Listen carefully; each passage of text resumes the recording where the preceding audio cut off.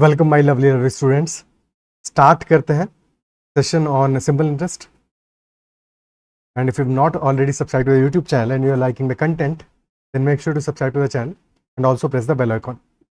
You can also message me on Telegram for any queries or questions at ADITYA80. First question of the session. Question is saying Ravi borrows rupees 12,000 from bank A at simple interest. After 4 years, he paid rupees 5,000 to the bank, and at the end of the 5 years from the start, he settled the account. By paying rupees 10,300. So you have to find the rate of interest. 12,000 rupees borrow किया था रवि ने. 4 years के बाद में he paid 5,000, and after 5 years, basically 4 years तो हो ही गए थे, एक और साल के बाद में he settled the account by paying rupees 10,300. उसने अमाउंट लिया था 12,000. ठीक है. सो टोटल जो अमाउंट पे क्या होगा, ठीक है, टोटल अमाउंट पेड क्या होगा, amount paid will be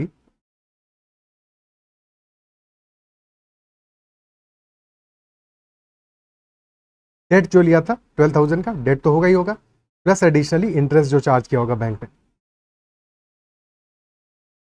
date plus interest charged.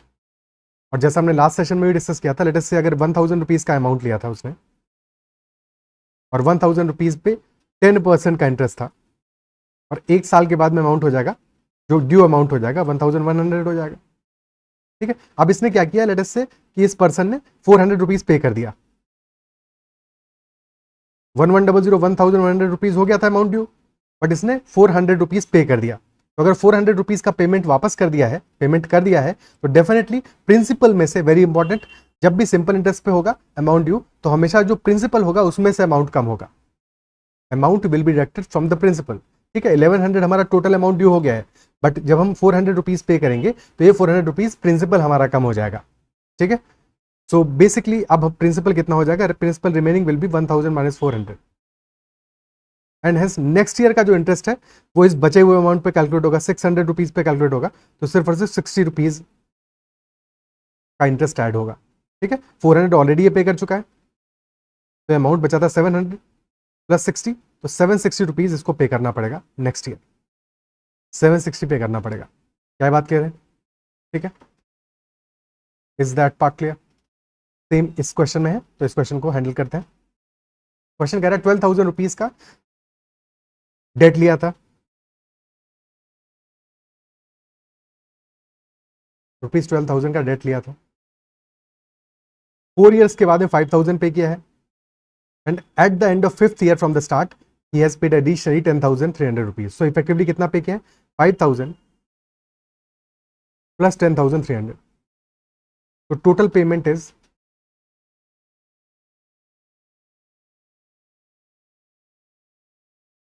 5,000 plus 10,300, यानी कि 15,300 हो गया, विच इज 12,000 प्लस 3,300. 12,000 तो हमारा डेट है जिस पे इंटरेस्ट कैलकुलेट होगा, और एडिशनली ये जो 3,300 पे किया है that is interest, that is the interest part, और सिंपल इंटरेस्ट है. फर्स्ट 4 years में प्रिंसिपल है हमारा 12,000 रुपीज का, जिसपे कि इंटरेस्ट कैलकुलेट होगा. रेट परसेंट मान लेते हैं, R% है, वो तो सेम ही है. ठीक है. R% है तो रेट इस पे कैलकुलेट होगा.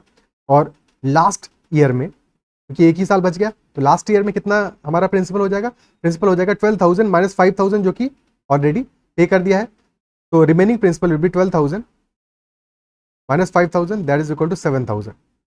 और रेट ऑफ इंटरेस्ट अभी भी R% ही है, कोई चेंज नहीं है इसमें.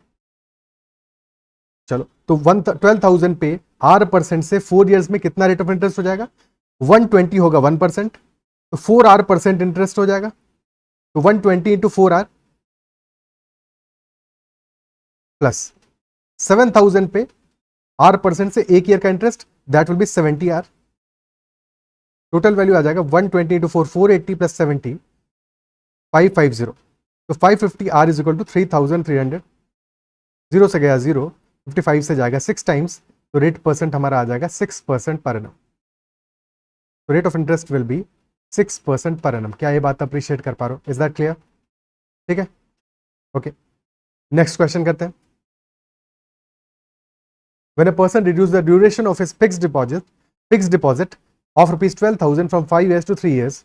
5 ईयर्स इनिशियली था फिक्स डिपॉजिट का ड्यूरेशन और 3 ईयर्स में चेंज कर दिया, तो bank also reduce the rate of simple interest. Bank पहले ज्यादा पैसा देने वाला था, ज्यादा इंटरेस्ट रेट देने वाला था, बट क्योंकि इसने अमाउंट टाइम ड्यूरेशन चेंज कर दिया, दैट इज वाई बैंक ने भी अपना जो रेट है वो रिड्यूस कर दिया। Consequently he got ₹3320 less interest as he would have got in 5 years. ठीक है, कॉन्सिक्वेंटली ये जो इंटरेस्ट मिला है इसको 3320 रुपीज लेस मिला है as he would have got in 5 years. Okay, तो फर्स्ट सिनेरियो क्या है, जो इनिशियल सिनेरियो है, इनिशियली क्या कंडीशन है, इनिशियली 12,000 प्रिंसिपल है, फिक्स डिपॉजिट है, एफडी है, रेट परसेंट है 10% पर एनम, टाइम ड्यूरेशन है 5 ईयर्स का, और फाइनली जो एक्चुअल में हुआ वहां पर एफडी तो सेम ही है 12,000 का ही है, रेट परसेंट हमको पता ही नहीं है कितना है, तो मान लेते हैं R% है क्योंकि वही तो कैलकुलेट करना है यहाँ पे। ठीक है, और टोटल टाइम ड्यूरेशन है हमारा 3 ईयर्स का। डिफरेंस कितना है, फर्स्ट केस में कितना मिलेगा, इंटरेस्ट कितना मिलेगा, 10% इंटू 5 ईयर्स 50% मिलेगा एफडी का, 50% यानी कि हाफ हो जाएगा, 12,000 का 50% यानी 12,000 इंटू 1/2, तो 6,000 रुपीज हो जाएगा हमारा। ठीक है, so interest, simple interest will be 6,000 rupees in the first condition.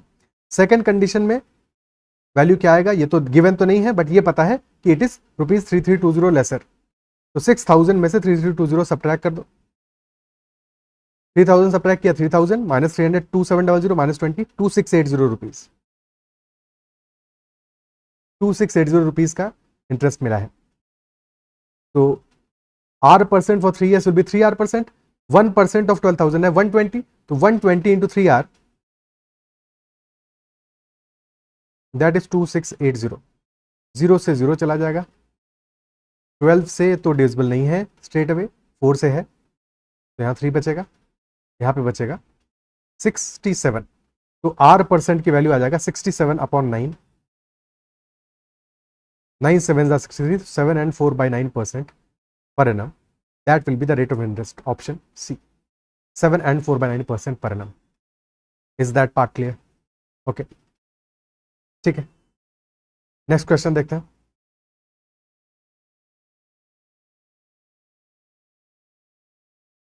A money lender claims to lend money at the rate of 10% per annum simple interest. However, he takes the interest in advance when he lends the sum for 1 year. At what effective rate of interest does he lend the money actually? एक money lender है, बहुत शाना type का, बहुत smart money lender है।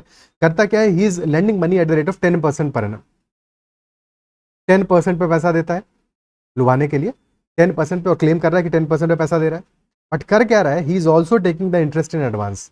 तो whatever the interest is on amount, for example अगर 1,000 rupees किसी ने लिया, टोटल लोन लिया है 1,000 रुपीज का, और 1,000 रुपीज का लोन लिया, अब इस पे इंटरेस्ट कितना होगा, 10% पर एनम, तो 1 ईयर में इंटरेस्ट आ जाएगा हमारा 1,000 रुपीज, सॉरी 100 रुपीज, 100 रुपीज आ जाएगा simple interest.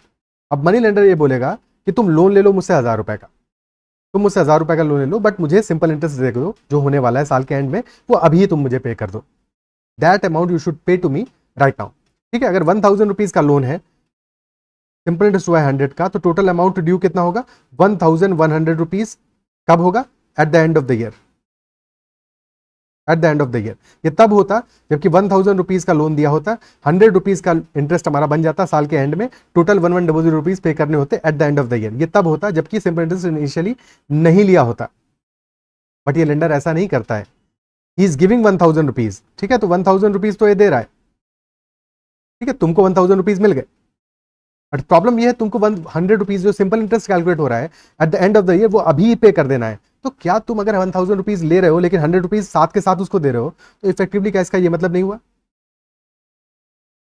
He is only giving you 900 rupees. भाई एक हाथ से तुम्हें 1,000 दिए, दूसरे हाथ से 100 ले लिए, तो इफेक्टिवली उसने तुमको 900 रुपीज ही तो दिया है, 900 ही तो दिया है, और साल के एंड में तुम कितना पे करने वाले हो, 100 ऑलरेडी पे कर चुके हो, टोटल पे करना था 1,100। तो वो कह रहा है 1,000 हम दे रहे हैं, 1,000 साल के एंड में पे करना, 100 रुपीज इंटरेस्ट अभी पे कर दो। तो जितना तुमने अमाउंट टोटल लिया था वो पूरा का पूरा अमाउंट साल के एंड में पे करना है, तुम्हें 1,000 रुपीज पे करने को रह गया। क्या बात समझ पा रहे हो, इफेक्टिवली उसने तुमको 900 रुपीज दिया है। ठीक है, कहने की बात है कि 1,000 देके 100 ले लिया, तो दिया तो 900 ही ना, 900 दिया है और साल के एंड में तुमसे 1,000 वसूलने वाला है। 1000 वो वसूलने वाला है, तो 900 का तुमको एज सच उसने लोन दिया, 1000 तो चिपकाया है, ठीक है, क्योंकि इंटरेस्ट वापस ले लिया ना, 900 का लोन दिया है और साल के एंड में लेगा तुमसे 1000 रुपीज, विच इंप्लाइज कि 100 rupees is the interest on 900 rupees का। तो रेट परसेंट आ जाएगा हमारा 100/900 इंटू 100, विच इज 1/9, यानी कि 11 and 1/9%। This is the rate percent charge, option D. क्या ये बात समझ पा रहे हो? ठीक है, तो ये एक और भी स्मार्ट तरीका हो गया ना, कि क्लेम कर रहा है 10% पे, बट एक्चुअल में किया गया इसने थोड़ा अमाउंट पहले ही ले लिया, किसी भी नाम पे लिया हो, ठीक है।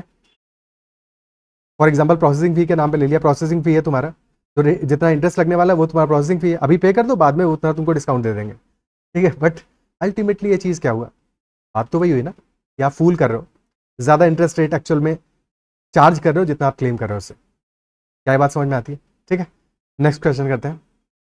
A money lender claims to be lending money at simple interest and he lends rupees 16,500 to Manuj for 1 year. कितना अमाउंट दे रहा है? 16,500 दे रहा है एक साल के लिए। बट ये भी मनी लेंडर वैसा ही है, पिछले वाले से भी ज्यादा चालाक है, but he includes the interest every 4 months.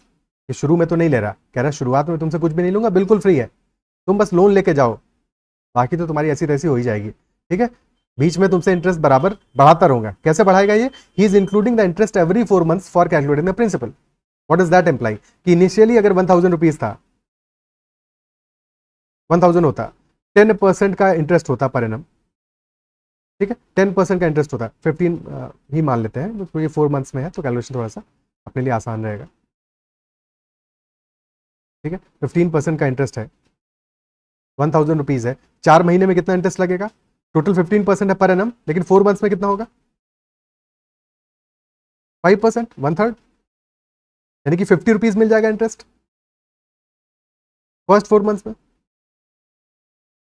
अब नेक्स्ट 4 मंथ पे जब बात आएगी तो ये क्या करेगा, उससे पहले he is adding this interest in the principal itself. तो नया प्रिंसिपल हो जाएगा हमारा 1000 प्लस 50, 1050 रुपीज, और this is the principal value. अब इस पे 5% इंटरेस्ट कैलकुलेट होगा, ठीक है। सो नेक्स्ट टाइम जो इंटरेस्ट मिलेगा हमें अगले 4 महीने का, वो 50 रुपीज नहीं होगा, वो ज्यादा वैल्यू आएगा, that will be much higher value. तो एक इस क्वेश्चन में करना है हमें। क्या ये बात क्लियर है? ठीक है, क्या ये बात समझ में आती है? ओके, सॉल्व करते हैं।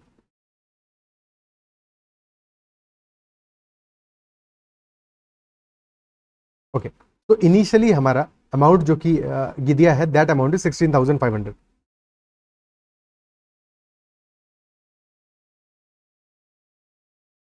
and he is charging an interest of 5% per annum, 15% per annum, but he is including the interest every 4 months।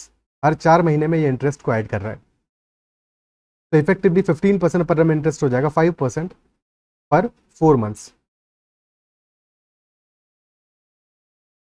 And 5% implies 1/20, 1/20 हो जाएगा। क्या ये बात क्लियर है? ठीक, ओके। 165 16,500 है, तो पहले 4 मंथ्स के बाद में कितना इंटरेस्ट बनेगा? फर्स्ट 4 मंथ में इंटरेस्ट हो जाएगा 16500 डिवाइड बाई 20, ठीक है, यानी कि 165 into 5, that will B 825 rupees, ये अमाउंट ऑफ इंटरेस्ट होगा। नेक्स्ट 4 मंथ्स में क्या होगा? इंटरेस्ट से पहले पहले प्रिंसिपल को चेंज करो, प्रिंसिपल हो जाएगा हमारा 16500 प्लस 825 प्लस 825, ठीक है। अब नया अमाउंट हो गया हमारा, दैट विल बी 17,325 रुपीज। अब इसका 1/20 कैलकुलेट करेंगे, वो नेक्स्ट 4 मंथ्स का इंटरेस्ट होगा, क्या वैल्यू आएगा? 17325 divide by 20, so this is 1732.5 by 2, कितना आएगा? 866.25 रुपीज। तो नेक्स्ट 4 मंथ्स का इंटरेस्ट हो जाएगा 866.25 रुपीज। बट प्रॉब्लम यह है, कैलकुलेशन हमारे लिए मुश्किल होता जा रहा है। अब लास्ट 4 मंथ का तुम कैलकुलेट करोगे तो और ज्यादा प्रॉब्लम आएगा। अब इस वैल्यू को ऐड करोगे प्रिंसिपल में, नया प्रिंसिपल बनेगा, तो हमारी कैलकुलेशन मुश्किल से मुश्किल होती जा रही है। बट इस क्वेश्चन में ऐसा ऑब्जर्व करो, प्रिंसिपल है हमारा एक वैल्यू, ठीक है, हर थोड़े टाइम के बाद, हर 4 मंथ्स के बाद में you are adding the interest to the principal. As such क्या प्रिंसिपल की वैल्यू इंपॉर्टेंट है? क्योंकि हमें एंड में क्या निकालना है? Effective rate of interest, percentage value ही तो निकालना है, percentage value is comparison only, ठीक है, और कंपैरिजन किसका है, जो टोटल अमाउंट एंड में बनने वाला है इनिशियल अमाउंट से, इजंट इट सो? तो क्या हमें एज सच 16,500 का कोई बहुत बड़ा रेलेवेंस है इस क्वेश्चन में? एज सच तो नहीं है। कोई और वैल्यू लेके भी हम इस क्वेश्चन को वैसे ही सॉल्व कर सकते हैं, किसी और वैल्यू को कैलकुलेट करके लेके भी हम इस क्वेश्चन को वैसे ही सॉल्व कर सकते हैं। क्या ये बात समझ में आती है? ठीक है, तो इंस्टेड ऑफ 16,500 हम कोई डिफरेंट वैल्यू कैलकुलेट ले लेते हैं ताकि हमारा जो कैलकुलेशन है वो थोड़ा सा आसान हो जाए।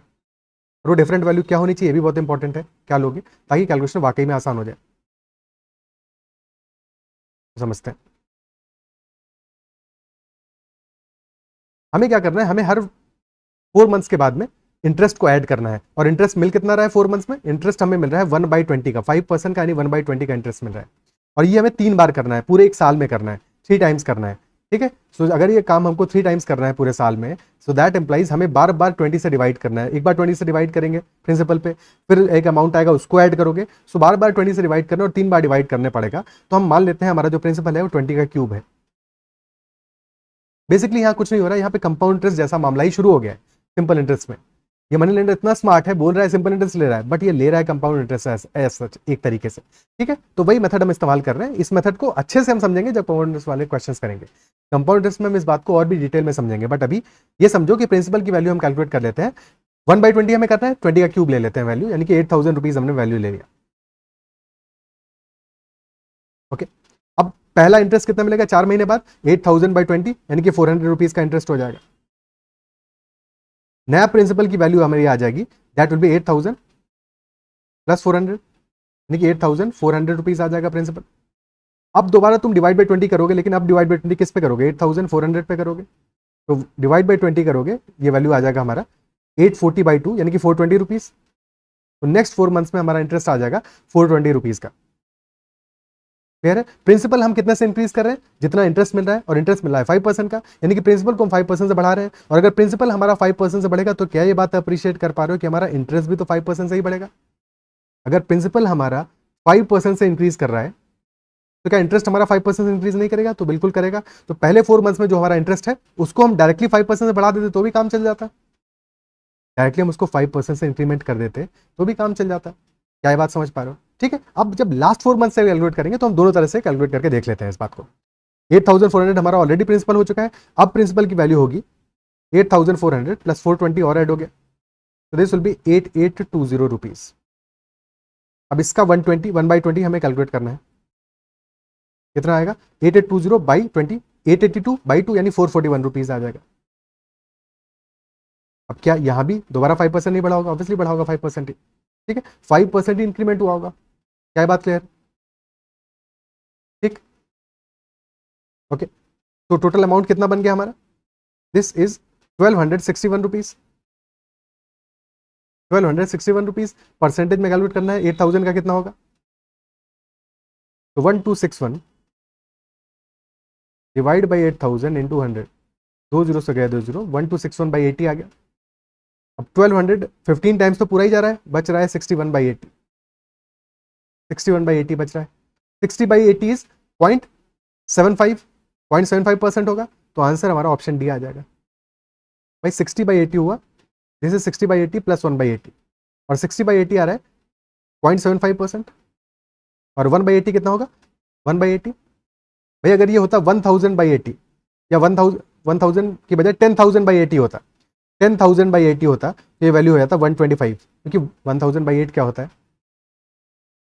That is 125। तो दैट इज हाउ कि 10,000/80 होता तो हो जाता 125, बट 4 जीरो हटा रहे हो तुम तो 521, तो यहाँ पे 0.0125 आ जाएगा। तो 0.75 प्लस 0.0125, तो 0.7625 will be the addition 15.7625%, that will be the effective rate of interest.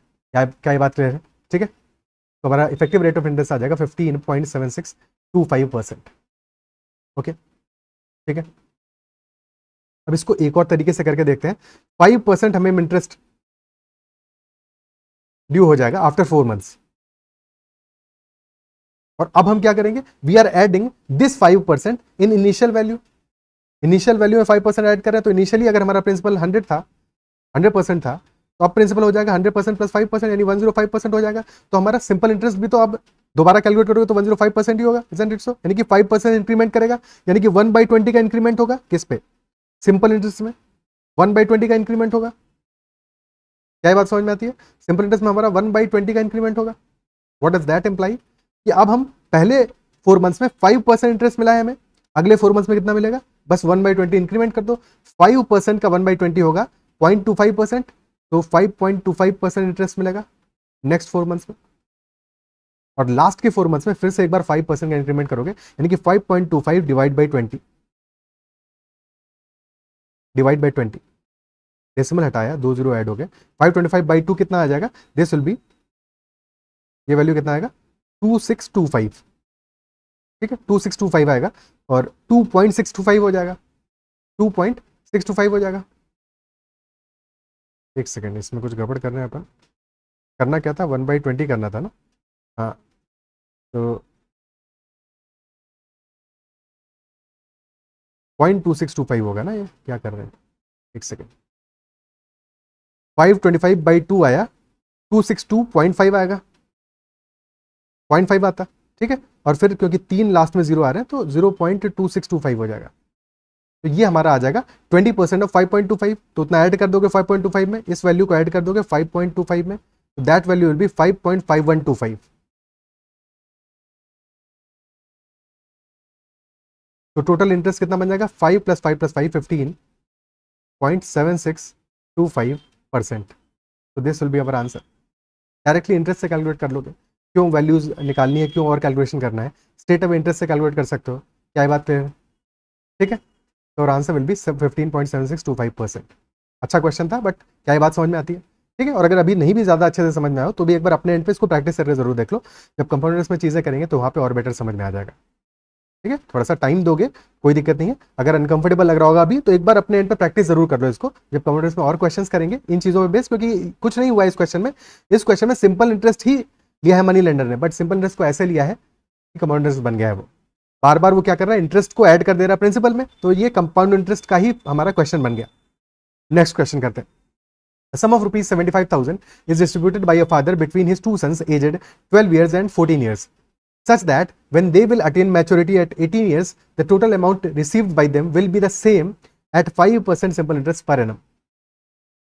Find the ratio of amounts allotted to younger and elder son respectively. Pause the video और attempt करो अपने end पे।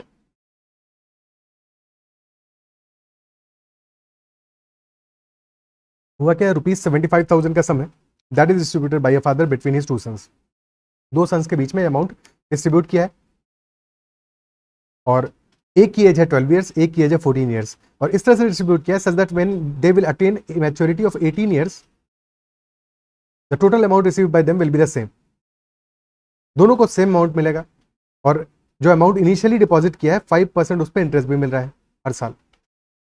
एक बच्चा है 12 ईयर्स का और दूसरा है 14 ईयर्स का। पहले वाले के पास टाइम कितना है 18 ईयर्स का होने में,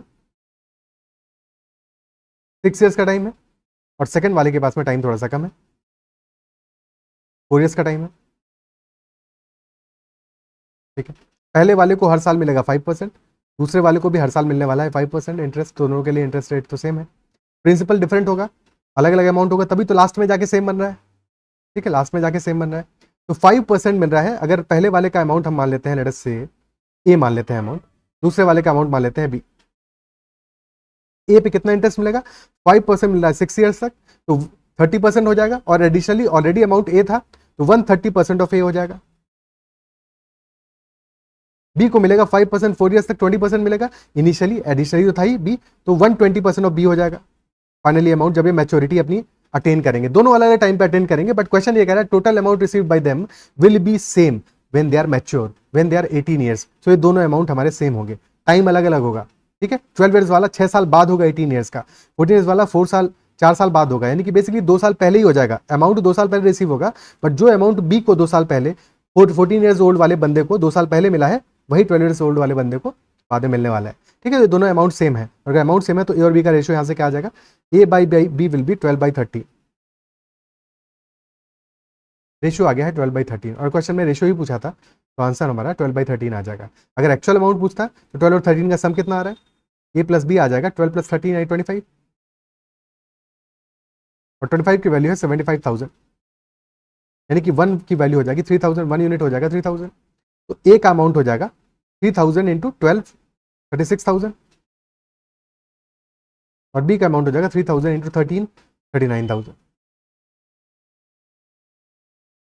बाकी एंड में कितना अमाउंट मिलेगा वो भी कैलकुलेट कर सकते हो अपने एंड पे चाहो तो, पर जरूरत नहीं है, क्वेश्चन तो यही खत्म हो गया था हमारा। Next question, Dinesh has invested some amount for a specific period of time. If the rate of simple interest is 10% per annum, the amount becomes rupees 44,000.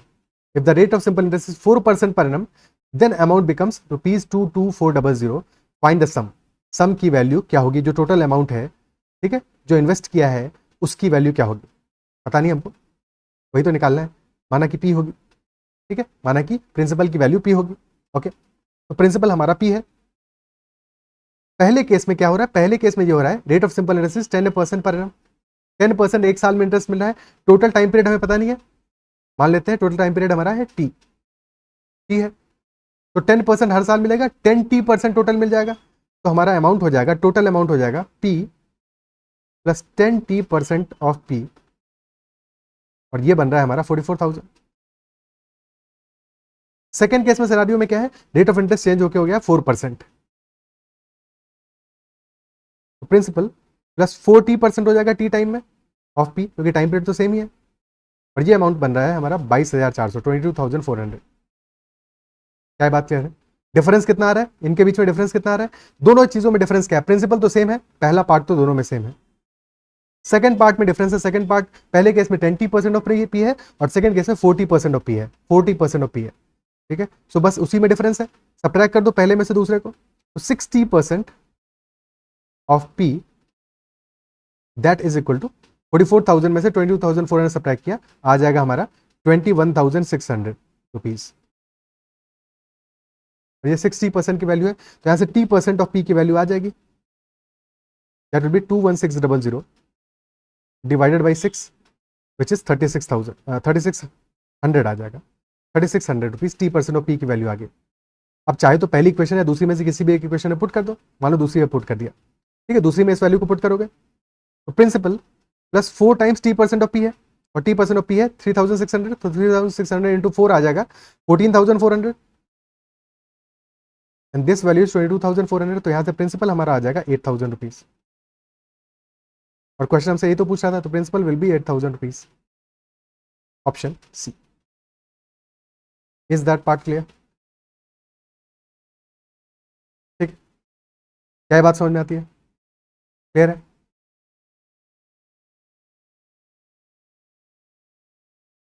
Okay, ठीक है। अब इसको थोड़ा सा और स्मार्टली करने की कोशिश करते हैं, इसी सेम चीज को। देखो पहले केस में क्या हो रहा है, फर्स्ट केस में क्या हो रहा है, फर्स्ट केस में प्रिंसिपल तो दोनों केसेस में देखो सेम है, प्रिंसिपल सेम है, तो वहां तो कोई टेंशन की बात ही नहीं है, प्रिंसिपल इज सेम। अब पहले केस में हमें इंटरेस्ट मिल रहा है 10%, दूसरे में मिल रहा है 4%, और टाइम पीरियड भी सेम है, प्रिंसिपल सेम है, टाइम पीरियड भी सेम है, तो सिर्फ और सिर्फ क्या अलग है, हमारा rate of interest, rate percent अलग है, तो सिंपल इंटरेस्ट हमारा प्रोपोर्शनल होगा किसके, रेट परसेंट के, लेकिन यहाँ पे वैल्यू हमें टोटल अमाउंट की गिवन है, ये भी ध्यान रखना है। तो टोटल अमाउंट हमारा होगा प्रिंसिपल प्लस सिंपल इंटरेस्ट, हमारा रेट परसेंट के प्रोपोर्शनल होगा, पहले केस में 10%, दूसरे में 4%। तो अगर 1% इंटरेस्ट के लिए हमें एक्स अमाउंट मिल रहा होगा, 1% इंटरेस्ट के लिए टी टाइम में एक्स अमाउंट मिल रहा होगा, तो 10% के लिए मिलेगा 10x। क्या है बात समझ पा रहे हो? यहाँ पे x क्या है, 1% इंटरेस्ट के लिए टी टाइम पीरियड में प्रिंसिपल पे जो अमाउंट मिलने वाला है, ठीक है, दैट इज x। तो हम डायरेक्टली x लिख देते हैं यहाँ पे, तो p प्लस 10x हमारा हो जाएगा 44,000, और सेकंड केस में हो रहा है p प्लस, क्योंकि 4% इंटरेस्ट है तो 4x होगा, दैट इज 22,400। तो लिखने में ये चीजें आसानी हो जाएगी, ठीक है, लिखने में ये चीज हमारे लिए बेटर हो जाएगा, कंफर्टेबल हो जाएगा, क्लियर है? सब्ट्रैक्ट कर दोगे, बाकी स्टोरी तो सेम है, तो 6x की वैल्यू आ जाएगी हमारी, दैट विल बी 21,600, और x आ जाएगा 3600। बाकी सॉल्व करना तो यहाँ से जानते ही हो, सॉल्व करने के लिए इस इक्वेशन को, इस वैल्यू को सेकंड इक्वेशन में या फर्स्ट में से किसी भी एक में पुट कर दोगे, वहां से प्रिंसिपल की वैल्यू हमें मिल जाएगी। Is that part clear? ठीक है, ओके, ऑप्शन आ जाएगा हमारा प्रिंसिपल 8,000 हो जाएगा, ऑप्शन। नेक्स्ट क्वेश्चन देखते हैं। ₹1000 is invested at 5% per annum simple interest. If the interest is added to the principal after every 10 years, then how much time will the amount get doubled? कितने time में amount double हो जाएगा? क्या कर रहे हैं यहाँ पे interest is added to the principal after every 10 years. हर 10 साल के बाद में कंपाउंड इंटरेस्ट टाइप वाले हालात हो जाते हैं कि इंटरेस्ट को प्रिंसिपल में ऐड कर दिया जाता है, तो प्रिंसिपल अमाउंट हमारा चेंज हो जाता है. ठीक है, फर्स्ट 10 ईयर्स में क्या होगा? 1000 इनिशियली है, 1000 इनिशियल वैल्यू है, इनिशियल अमाउंट है हमारा. 5% पर एनम सिंपल इंटरेस्ट मिल रहा है. Interest is added after 10 years. तो फर्स्ट 10 ईयर्स में सिनेरियो क्या होगा? फर्स्ट 10 ईयर्स में 5% मिलेगा इंटरेस्ट हर साल. तो 5% इंटू 10, 50% ऑफ 1000, ये हमारा सिंपल इंटरेस्ट हो जाएगा, विच इज 500 रुपीज. इसके बाद में नया प्रिंसिपल हमारा हो जाएगा, बिकॉज प्रिंसिपल चेंज हो जाएगा. New principal will be 1000 plus 500, interest add कर दोगे तो नया प्रिंसिपल हमारा हो जाएगा 1500 rupees. This is new principal. और क्वेश्चन ये कह रहा है हमें अमाउंट डबल करना है. अगर 1000 रुपीज है हमारा, हमें इसको क्या करना है? हमें डबल करना है, यानी कि 2000 पे लेके जाना है टोटल अमाउंट को. तो 2000 पे कब पहुंचेगा? जब हमारा जो इंटरेस्ट है इसमें कितना ऐड कर दोगे? 1000 रुपीज ऐड कर दोगे. 500 हम ऑलरेडी ऐड कर चुके हैं, तो 500 और ऐड करना है हमको. तो बस इतना निकाल लेते हैं, 500 रुपीज कितने टाइम में ये इंटरेस्ट हो जाएगा हमारा. ठीक है, 1500 हमारा नया वाला प्रिंसिपल हो गया है 10 ईयर्स के बाद में. अब सिंपल इंटरेस्ट कितना मिलेगा पर ईयर? कितना मिलेगा? 5% ही मिलेगा अभी भी, लेकिन अब 5% है 1500 का. दैट विल बी 5% ऑफ 1500, 1000 का नहीं होगा, यानी कि this will B 75 rupees. 75 rupees हो जाएगा. तो टाइम पीरियड की वैल्यू आ जाएगी हमारी 75 रुपीज. एक साल का इंटरेस्ट है, टोटल इंटरेस्ट हमें चाहिए 500 और एडिशनली 500 ऑलरेडी हम ऐड कर चुके हैं. तो 500 divided by 75, that will be our answer. So this value will be, ये टाइम्स जाएगा 20/3, 6 and 2/3 years. 10 years already pass कर चुके हैं, तो 10 प्लस 6 and 2/3 आंसर आ जाएगा 16 and 2/3 ईयर्स. के बाद में the amount will B doubled, amount will get doubled. ठीक है, अमाउंट हमारा डबल हो जाएगा 16 and 2/3 ईयर्स के बाद. क्या ये पार्ट क्लियर है? ओके, ठीक है. नेक्स्ट क्वेश्चन देखते हैं. Manoj deposited some amount X at the start of each year at the rate of simple interest 15% per annum. Manoj ने एक अमाउंट डिपॉजिट किया है X at the start of each year at the rate of simple interest 15% per annum. At the end of the 5th year, he withdrew the total amount equal to rupees 23,490. So we have to find the value of X. X का value यहाँ पे क्या होगा? मनोज ने start में एक amount X deposit किया, हर साल के स्टार्ट में डिपॉजिट कर रहा है अमाउंट X, और लास्ट में 5th ईयर के लास्ट में टोटल अमाउंट जो विड्रॉ किया उसकी वैल्यू हमें गिवन है. यहाँ पे बेसिकली कहानी क्या हो रही है, वो ये रहा है कि लेट अस से मनोज ने 100 रुपीज़ डिपॉजिट किए होते हर साल के एंड में. ठीक है, 100 रुपीज़ हर साल के एंड में, हर साल के स्टार्ट में डिपॉजिट किए होते. स्टार्ट में डिपॉजिट किए हैं 100 रुपीज़. ठीक है, this is start of first year.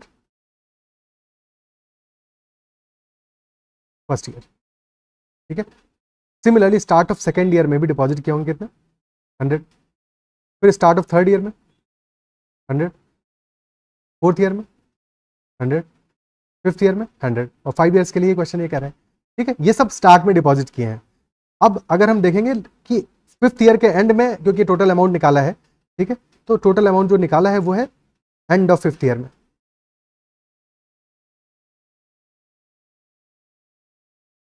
अब जो सबसे पहला वाला 100 रुपीज़ है, सबसे पहला वाला जो 100 रुपीज़ है, इस पे हमें कितने साल का इंटरेस्ट मिलेगा? इस पे हमें इंटरेस्ट मिलेगा 5 ईयर्स का, क्योंकि फर्स्ट ईयर के स्टार्ट में, यानी कि जैसे आज है तो अभी ये अमाउंट डिपॉजिट किया है, और 5 साल के एंड में हम निकालने वाले हैं इसको, तो 5 साल का इंटरेस्ट मिलेगा, 5 ईयर्स का इंटरेस्ट मिलेगा. तो इस पे इंटरेस्ट मिल जाएगा हमको 15% पर annum है, तो 5 ईयर्स में मिल जाएगा 75%. भाई 5 इंटू 15%, 25% इंटरेस्ट मिल जाएगा. तो 100 प्लस 75 यानी कि अमाउंट हो जाएगा 175. सिमिलरली जो सेकंड ईयर के स्टार्ट में डिपॉजिट किया है उस पर 4 ईयर्स का इंटरेस्ट मिलेगा, यानी कि 60% मिलेगा, तो 160 रुपीज़ हो जाएगा ये अमाउंट. जो हमने थर्ड ईयर के स्टार्ट में किया है उस पर हमें 3 ईयर्स का इंटरेस्ट मिलेगा, यानी कि 45% मिलेगा, तो 145 हो जाएगा वो अमाउंट.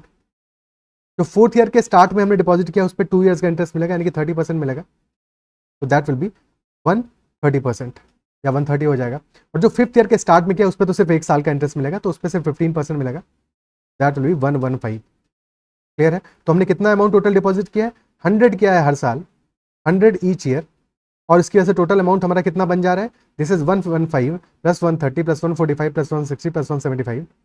ठीक है, तो ये टोटल अमाउंट कितना हो जाएगा हमारा 145 एवरेज वैल्यू है इसका, क्योंकि ये अरिथमेटिक प्रोग्रेशन में है पूरा का पूरा, एवरेज वैल्यू 145 है, तो state away this is 145 into 5, भाई जो मिडिल वैल्यू है वही एवरेज है, तो this will B 725 rupees. 725 rupees तब है जबकि हमारा इनिशियल अमाउंट जो डिपॉजिट किया हमने हर साल, दैट इज 100 रुपीज। बट इस क्वेश्चन में हमें क्या है, टोटल अमाउंट की वैल्यू गिवन है, हमें इनिशियल की वैल्यू निकालनी है, तो हमने 100 मान के इसको सॉल्व किया है, 725 को इक्वेट कर लेते हैं, वहां से 100 की वैल्यू आ जाएगी। तो 725 की वैल्यू हमारी कितनी है, this amount is total is equal to 23490, 23490। 5 से सबसे पहले काटते हैं, 145 ही बच जाएगा यहाँ पे इनफैक्ट, और यहाँ पे 5 से काटेंगे 4 6 9 8 बच गया हमारा, दिस इज 29 का मल्टीपल। ठीक है, 29 का मल्टीपल आ रहा है, तो ये भी शायद 29 का मल्टीपल होगा कि 5 क्योंकि 5 से तो कट नहीं सकता, 29 से 5 टाइम्स जाएगा, और ये वैल्यू कितना टाइम्स जाएगी, 29 1 29, फिर बचा 179, 29 से 6 टाइम्स जाएगा तो 174 हो जाएगा, बचेगा 58, 2 टाइम्स जाएगा, तो 5 यूनिट की वैल्यू है 162, और हमें 100 यूनिट की वैल्यू निकालनी है, तो 100 यूनिट की वैल्यू हो जाएगा 5 इंटू 20, 5 यूनिट का 20 टाइम्स, और 5 यूनिट की वैल्यू है हमारी 162, this will be 162 into 20 which is 3240 rupees. तो initial deposit will be 3240 rupees. क्या ये बात कह रहे हैं? ठीक है, इनिशियल डिपॉजिट हमारा आ जाएगा 3240 रुपीज। अल्टीमेटली हमें स्टार्टिंग की वैल्यू निकालनी थी, वो तो हमें गिवन नहीं था, तो हमें कहीं ना कहीं से स्टार्ट करके कुछ एज्यूम करके तो स्टार्ट करना था। जब भी कभी एज्यूम करना हो तो बेस्ट अप्रोच क्या है, 100 को एज्यूम करके स्टार्ट करो, अनलेस कि हमें फ्रैक्शन में कोई जैसे हमें रेट ऑफ इंटरेस्ट जो दिया है 15% दिया है, क्योंकि परसेंटेज में सिंपल वैल्यू दिया है तो हम 100 करके स्टार्ट कर दिया। अगर फ्रैक्शन में कोई कॉम्प्लेक्स वैल्यू दिया होता, फॉर एग्जाम्पल हमें दिया होता 16.66%, ठीक है, या 16 एंड 2/3%, अगर ये वैल्यू गिवन होता तो फिर हमें 6 का मल्टीपल में सोचना पड़ता। ठीक है, 6 के मल्टीपल में सोचना होता कि हमारा जो इंटरेस्ट है वो इंटीजर में वैल्यू है, हमारे लिए कैलकुलेशन सिंपल हो जाए। तो ये हमेशा ध्यान रखना है कि हमें इंटरेस्ट के अकॉर्डिंग अपनी वैल्यू को एज्यूम करना है। अगर इंटरेस्ट सिंपल परसेंटेज में इंटीजर वाला वैल्यू है 15%, 14%, 13%, 12%, 10%, तब फिर हमें 100 ही वैल्यू मानना है।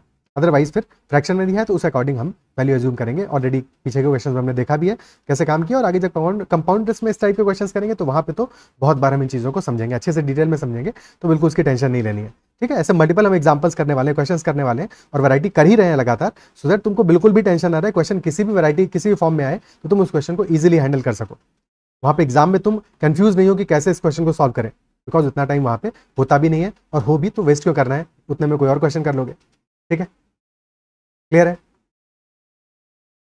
ओके, तो इतना ही रखते हैं आज के सेशन में, यही क्वेश्चन करते हैं। इस क्वेश्चन को नेक्स्ट सेशन में हम लोग कंटिन्यू करेंगे, और तुम अपने एंड में इसको प्रैक्टिस कर लेना। नेक्स्ट सेशन का पहला क्वेश्चन रखेंगे इसको। तो that's all for this session, bye bye, take care, keep learning. और अगर सेशन पसंद आया तो इसको डेफिनेटली लाइक जरूर करना है, अगर सब्सक्राइब नहीं किया है तो जरूर सब्सक्राइब कर लेना। That is all, take care.